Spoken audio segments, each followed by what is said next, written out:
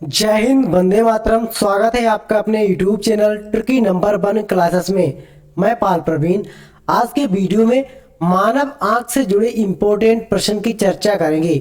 आप किसी भी एग्जाम की तैयारी करते हैं तो आपके लिए वीडियो बहुत ही इम्पोर्टेंट होने वाला है।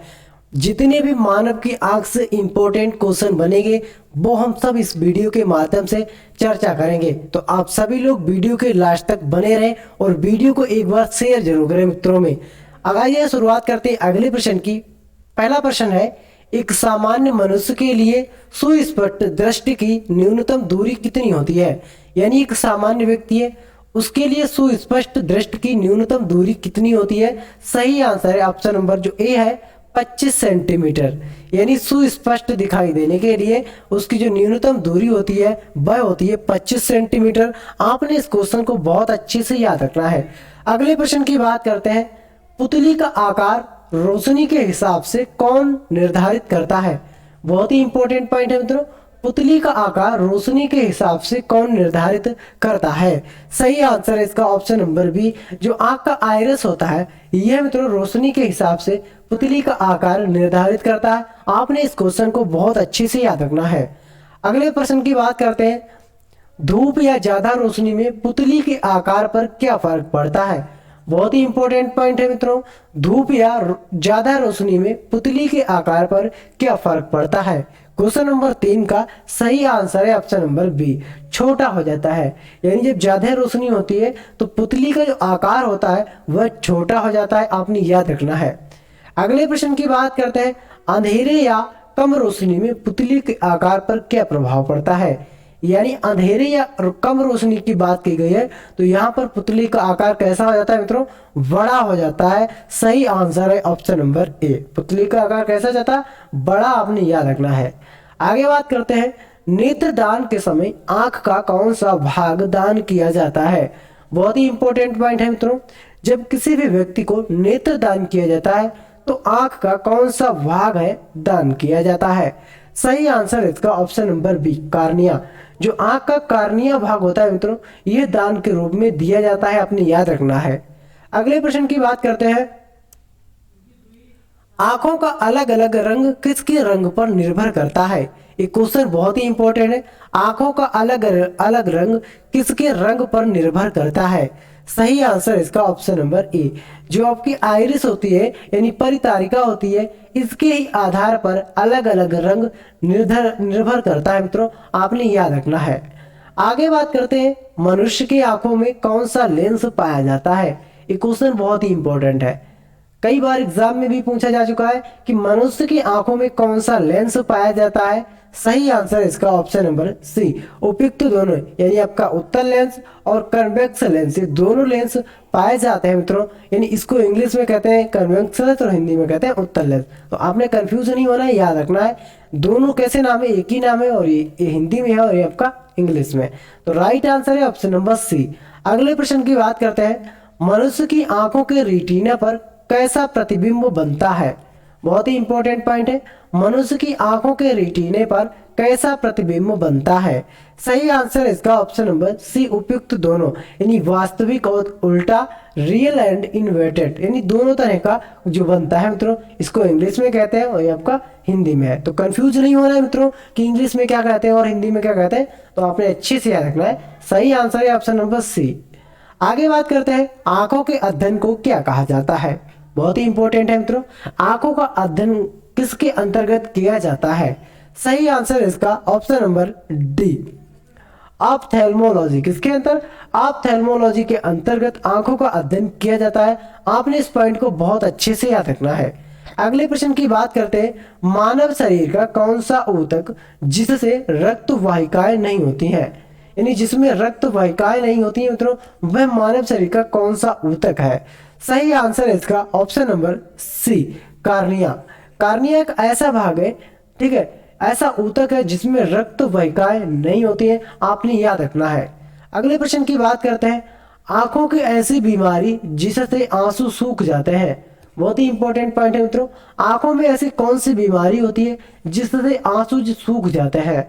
इसका सही आंसर है ऑप्शन नंबर सी, जेरोप्थेल्मिया। कौन सा रोग है मित्रों? जेरोप्थेल्मिया। आंखों में रोग होने से क्या होता है? आंखों के जो आंसू होते हैं मित्रों वह सूख जाते हैं। आपने याद रखना है।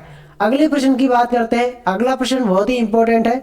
आंखों की ऐसी बीमारी जिसमें कोई व्यक्ति निकट की वस्तुओं को स्पष्ट रूप से देख सकता है जबकि दूर की वस्तुएं स्पष्ट नहीं देख पाता, उस बीमारी को क्या कहते हैं? सही आंसर है इसका ऑप्शन नंबर डी। सही आंसर क्या है मित्रों इसका? ऑप्शन नंबर डी, उपयुक्त सभी, यानी मायोपिया, निकट दृष्टि दोष, शॉर्ट हाइटनेडेंस। तो आपने इस क्वेश्चन को बहुत अच्छे से याद रखना है। अगले प्रश्न की बात करते हैं। आंखों की बीमारी मायोपिया, जिसको कहते हैं निकट दृष्टि दोष, मायोपिया को क्या कहा जाता है? निकट दृष्टि दोष को ठीक करने के लिए किस प्रकार के लेंस का, चश्मे का प्रयोग होता है? क्वेश्चन नंबर 13 का सही आंसर है ऑप्शन नंबर सी, उपयुक्त सी, अवतल लेंस यानी कन्वेक्स लेंस, और इन दोनों लेंसों का प्रयोग होता है। हिंदी में, इंग्लिश में इसको ये कहते हैं, आपको हिंदी में अवतल लेंस। तो आपने कंफ्यूज नहीं होना है। सही आंसर है ऑप्शन नंबर सी। आगे बात करते हैं। आंखों की बीमारी मायोपिया में प्रतिबिंब कहाँ बनती है? ये क्वेश्चन बहुत ही इंपॉर्टेंट है। आंखों की बीमारी मायोपिया में प्रतिबिंब कहाँ बनता है, यानी निकट दृष्टि दोष कहाँ पर बनता है? सही आंसर इसका ऑप्शन नंबर ए, रेटिना के पीछे। रेटिना के पीछे क्या होता है मित्रों? प्रतिबिंब, जो भी चीज हम देखते हैं उसका प्रतिबिंब कहाँ बनता है? रेटिना के पीछे। आगे बात करते हैं अगले प्रश्न की। आंखों की ऐसी बीमारी जिसमें कोई व्यक्ति दूर की वस्तुओं को स्पष्ट रूप से देख सकता है जबकि पास की वस्तुएं स्पष्ट नहीं देख पाता, ऐसी बीमारी को क्या कहते हैं? ये क्वेश्चन बहुत ही इंपॉर्टेंट है। कोई व्यक्ति है जो अपनी आंखों से दूर की वस्तु तो स्पष्ट देख लेता है लेकिन पास की वस्तुओं को स्पष्ट नहीं देख पाता है, वह कौन सी बीमारी है? इसका सही आंसर है ऑप्शन नंबर डी, उपयुक्त सभी। कैसे होती है? हाइपरमेट्रोपिया के नाम से भी इसको जानते हैं, दूरदृष्टि के भी नाम से जानते हैं, लॉन्ग हाइटनेस के नाम से भी इसको जाना जाता है। तो आपने इस क्वेश्चन को बहुत अच्छे से याद रखना है। आगे बात करते हैं। आंखों की बीमारी हाइपरमेट्रोपिया यानी दूरदृष्टि दोष को ठीक करने के लिए किस प्रकार के लेंस का चश्मा प्रयोग करना होता है मित्रों? सही आंसर इसका ऑप्शन नंबर सी, उपयुक्त सी, यानी दोनों, उत्तल लेंस और कन्वेक्स लेंस, यानी दोनों लेंसों का प्रयोग करना होता है। तो आपने याद रखना है ऑप्शन नंबर सी। अगले प्रश्न की बात करते हैं। आंखों की बीमारी हाइपरमेट्रोपिया यानी दूरदृष्टि दोष में प्रतिबिंब कहाँ बनता है? क्वेश्चन नंबर 17 का सही आंसर है मित्रों ऑप्शन नंबर वी, रेटिना के पीछे। अगर कोई भी वस्तु हम देखते हैं उसका जो प्रतिबिंब है वह रेटिना के पीछे बनता है। आपने इस क्वेश्चन को बहुत अच्छे से याद रखना है। अगले प्रश्न की बात करते हैं। निम्न में कौन सी आंखों की बीमारी बुजुर्ग लोगों को होती है? ये क्वेश्चन बहुत ही इंपॉर्टेंट है मित्रों। ऐसी कौन सी बीमारी है जो बुजुर्ग लोगों को होती है? क्वेश्चन नंबर 18 का सही आंसर है ऑप्शन नंबर सी, उपयुक्त दोनों। जरा दृष्टि दोष, क्या किस नाम से इसको जानते हैं? जरा दृष्टि दोष के नाम से इसको जानते हैं, और ये ज्यादातर जो बूढ़े व्यक्ति होते हैं उनकी आंखों में होती है।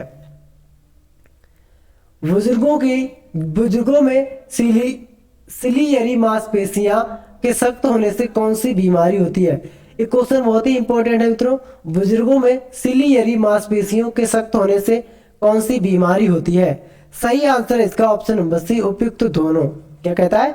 उपयुक्त दोनों, यानी जरा दृष्टि दोष रोग हो जाता है। आपने याद रखना है। आगे बात करते हैं। बुजुर्गों में होने वाली बीमारी जरा दृष्टि दोष में उनको कहाँ की वस्तुएं दिखाई नहीं देती? बहुत ही इंपॉर्टेंट क्वेश्चन है। अगर किसी भी व्यक्ति को जरा दृष्टि दोष हो जाता है तो उसको कहाँ की वस्तु दिखाई नहीं देती है? क्वेश्चन नंबर 20 का सही आंसर है ऑप्शन नंबर सी, उपयुक्त दोनों, पास की वस्तुएं और दूर की वस्तुएं। जब किसी भी व्यक्ति को जरा दृष्टि दोष हो जाता है तब उसको ना तो पास की वस्तुएं दिखाई देती हैं और ना ही दूर की वस्तुएं दिखाई देती हैं। आपने इस क्वेश्चन को बहुत अच्छे से याद रखना है। बुजुर्गों में होने वाली बीमारी जरा दृष्टि दोष को ठीक करने के लिए किस प्रकार के लेंस का प्रयोग होता है? क्वेश्चन बहुत ही इंपॉर्टेंट है मित्रों। बुजुर्गों में जो जरा दृष्टि दोष होता है, इस बीमारी को दूर करने के लिए किस प्रकार के लेंस का प्रयोग किया जाता है? सही आंसर है इसका ऑप्शन नंबर सी, उपयुक्त दोनों। दिफुलोकल, कौन सा? द्विफोकल लेंस का प्रयोग किया जाता है। तो आपने इस क्वेश्चन को बहुत अच्छे से याद रखना है। आगे बात करते हैं रतौंधी को और किस नाम से जाना जाता है। बहुत ही इंपॉर्टेंट पॉइंट है। जो रतौंधी नाम की बीमारी होती है मित्रों, इसको अन्य किस नाम से जानते हैं। क्वेश्चन नंबर 22 का सही आंसर है ऑप्शन नंबर ए, निक्टोलोपिया। इसको निक्टोलोपिया के नाम से जानते हैं। आपने इस क्वेश्चन को अच्छे से याद रखना है। अगले प्रश्न की बात करते हैं। एक समस्या जिसमें ऐसा लगता है कि आंखें एक ही समय में एक ही दिशा में नहीं देखती। बहुत ही इंपॉर्टेंट पॉइंट है मित्रों। एक समस्या ऐसी है कि जिसमें आंखें एक दिशा में एक समय में एक स्थान पर नहीं देख रही होती हैं। सही आंसर इसका option number C. Option number C जो उपयुक्त दोनों यानी त्रिक दृष्टि। एक आंख कहीं देख रही होगी तो एक आंख कहाँ जाएगी, तीसरी वस्तु पर जाएगी। तो आपको आज जो उससे बीमारी होती है उसका नाम है त्रिक दृष्टि। आपने याद रखना है। आगे बात करते हैं मित्रों, ट्रिकोमा बीमारी किस अंग को प्रभावित करता है। ये क्वेश्चन बहुत ही इंपॉर्टेंट है मित्रों। ट्रिकोमा बीमारी किस अंग को प्रभावित करता है। सही आंसर है इसका ऑप्शन नंबर ए, आंख। आंख को ये बीमारी प्रभावित करती है। आपने याद रखना है। बहुत ही इंपॉर्टेंट पॉइंट है। आगे बात करते हैं किसी भी लेंस का सूत्र क्या होता है। बहुत ही इंपॉर्टेंट पॉइंट है। किसी भी लेंस का सूत्र क्या होता है। क्वेश्चन नंबर 25 का सही आंसर है मित्रों ऑप्शन नंबर ए। जो आपका सूत्र है मित्रों ये होता है 1/f।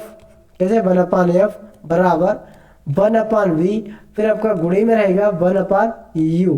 ये क्या होता है सूत्र मित्रों, आपने याद रखना है।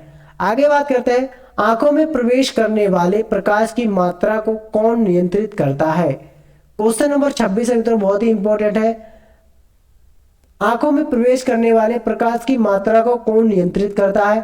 सही आंसर इसका option number C. C option इसका आइरिस। आइरिस क्या करता है मित्रों, आइरिस आंखों में जो प्रवेश आता है, प्रकाश आता है, उसको नियंत्रित करने के लिए ये कार्य करता है आइरिस। आपने याद रखना है। आगे बात करते हैं आंखों का वह काला छिद्र जहां से प्रकाश प्रवेश करता है उसे क्या कहते हैं। बहुत ही इंपॉर्टेंट पॉइंट है। आंखों में जो काला काला छिद्र होता है मित्रों, वहां से प्रकाश प्रवेश करता है उसे क्या कहते हैं। क्वेश्चन नंबर 27 का सही आंसर है ऑप्शन नंबर बी, उसको पुतली के नाम से जानते हैं। आपने याद रखना है। बहुत ही इंपॉर्टेंट पॉइंट है। आगे बात करते हैं मनुष्य की आंखों का दृष्टि या स्थायित्व कितना होता है। बहुत ही इंपॉर्टेंट पॉइंट है मित्रों। मनुष्य की आंखों का दृष्टि या स्थायित्व कितना होता है। क्वेश्चन नंबर 28 का सही आंसर है मित्रों ऑप्शन नंबर ए। जो आपका ऑप्शन नंबर है मित्रों, मनुष्य की आंखों का दृष्टि दोष का स्थायित्व कितना होता है। क्वेश्चन नंबर 28 का राइट आंसर है 1/16 सेकेंड। 16 सेकेंड आपने याद रखना है। ये आंखों का दृष्टि दोष का स्थायित्व है मित्रों। आगे बात करते हैं अगले प्रश्न की।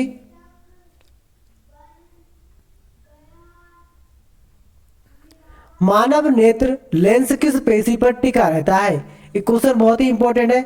मानव नेत्र लेंस किस पेशी पर टिका रहता है। सही आंसर है इसका ऑप्शन नंबर वी, सिलियरी पेशी। जो आपकी सिलियरी पेशी होती है मित्रों, इस पर आपका मानव नेत्र टिका रहता है। आपने याद रखना है। अगले प्रश्न की बात करते हैं मानव आंख से आंसू किस ग्रंथि द्वारा निकलते हैं। एक क्वेश्चन बहुत ही इंपॉर्टेंट है मित्रों। मानव आंख से आंसू किस ग्रंथि द्वारा निकलते हैं। सही आंसर है इसका ऑप्शन नंबर सी, लेक्रमल ग्रंथि। कौन सी, लेक्रमल ग्रंथि से आंसू निकलते हैं। आपने याद रखना है। आगे बात करते हैं मित्रों मनुष्य की आंख अधिकतम कितने डिग्री देख सकती है। एक क्वेश्चन बहुत ही इंपॉर्टेंट है। यह अधिकतम की बात की गई है, तो अधिकतम की बात की गई है। इसका जो आंसर सही है मित्रों ऑप्शन नंबर ए, 150 डिग्री तक देख सकती है। अधिकतम की बात की जाएगी तब। अब बात करते हैं अगले प्रश्न की। मनुष्य की आंख कितनी परतों से मिलकर बना होता है। ये क्वेश्चन बहुत ही इंपॉर्टेंट है और आज की वीडियो का लास्ट एवं आखिरी क्वेश्चन है मित्रों। मनुष्य की आंख कितनी परतों से मिलकर बना होता है। सही आंसर है इसका ऑप्शन नंबर वी, 3 परतों से मिलकर आपका मनुष्य की जो आंख होती है वह 3 परतों से मिलकर बनी होती है। आपने अच्छे से याद रखना है। और मिलते हैं अगले वीडियो में, तब तक के लिए जय हिंद, जय भारत।